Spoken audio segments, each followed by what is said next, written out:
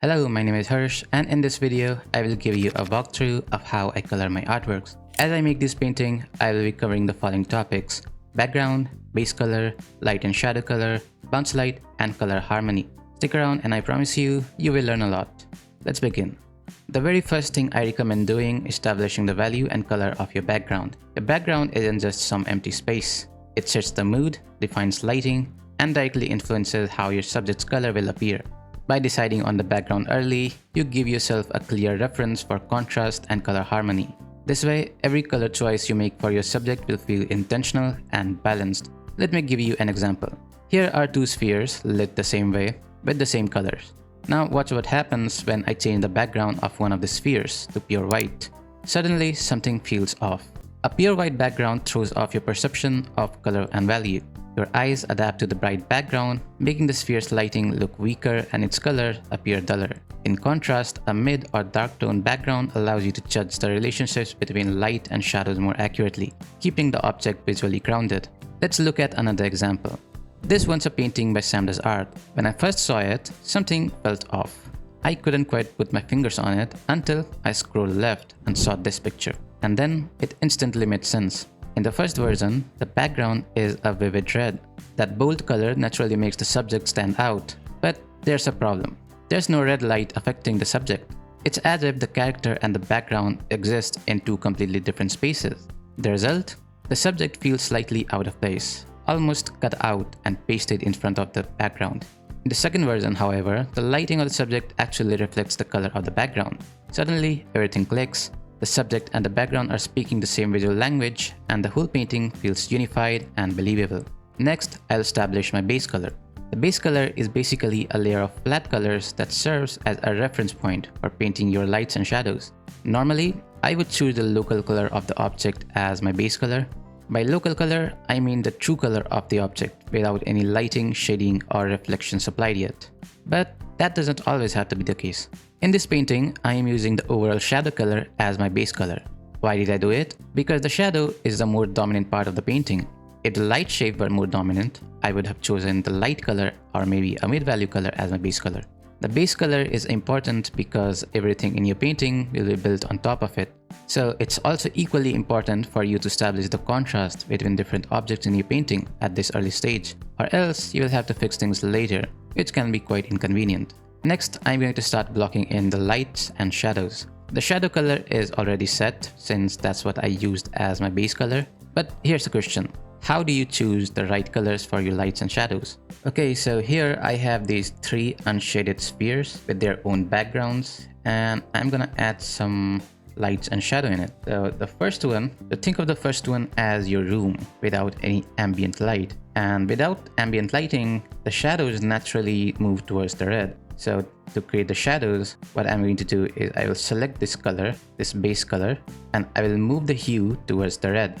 And then I will saturate it a little bit and go darker. And then I will use this color to create the shadow. And this is the shadow.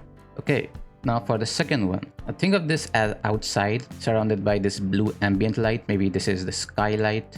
And this blue ambient light will affect the shadows. So there are two ways you can create shadows here. First, you can just create this ambient color, this blue color, make it darker, and just slightly glaze and create a shadow. But the problem with this method is that the shadows look a little muddy, so I will not really suggest that you use this method for creating shadows. Instead, what I'm going to do is I will select this base color and then I will move the hue towards the blue.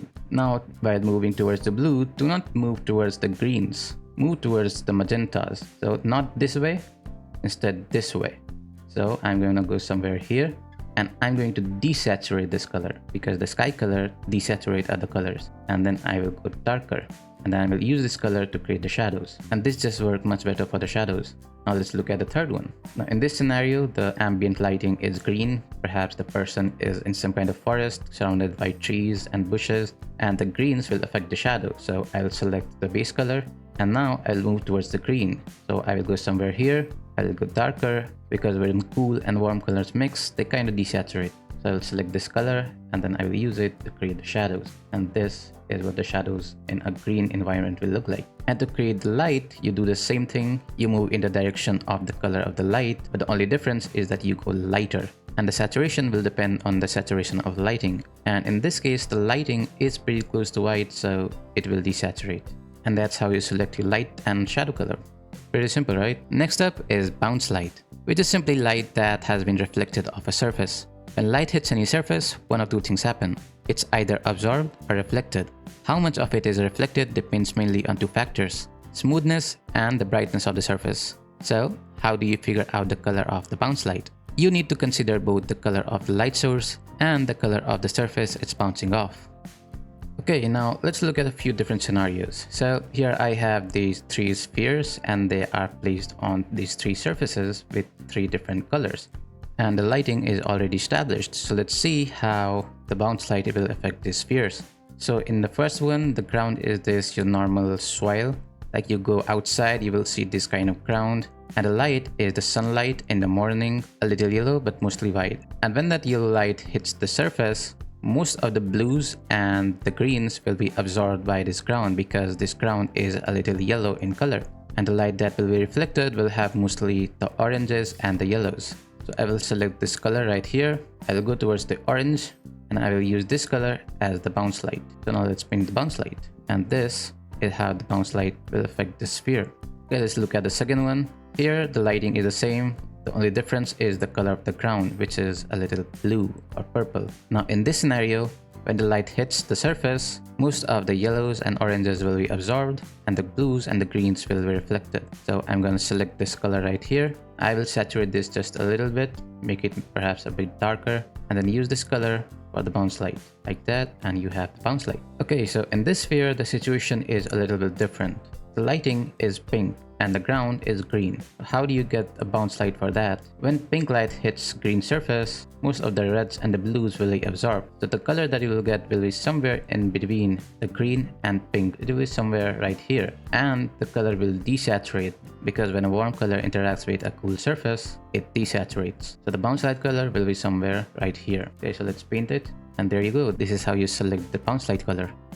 Now let's talk about the final topic of this video, color harmony. When you look at artists like Marco Bucci and Ray 17, you will notice their paintings often have an incredible range of colors, yet nothing feels chaotic or random. That's because they are not just throwing colors around, they are following the principles of color harmony. Let me walk you through this with a few examples. I'll start with a flat blue color and try to add some variations to make it more interesting. There are three ways to do this: by adjusting the saturation, tweaking the value, or shifting the hue. The key is to keep these changes within the same color family, because if you push them too far, the colors can start to feel disconnected and unnatural. But what if you do want to step outside the color family? What if you want to bring in pinks, greens, or yellows? So here's the same flat blue again. If I move too far from blue and start adding strong unrelated colors, it quickly falls apart. Every color is competing for attention, and there's no harmony. However, if I lower the saturation of all the colors, suddenly they start to work together and feel softer, more related, almost like they are part of the same family. Now, let's say you have two different objects in two different colors. How do you create harmony between them? Well, the simple solution is to introduce a consistent light source. When both objects are illuminated by the same light, that light tints them in a similar way. And just like that, the colors feel unified. And that's it. That's how you color your artworks. And I will see you in the next video. Goodbye.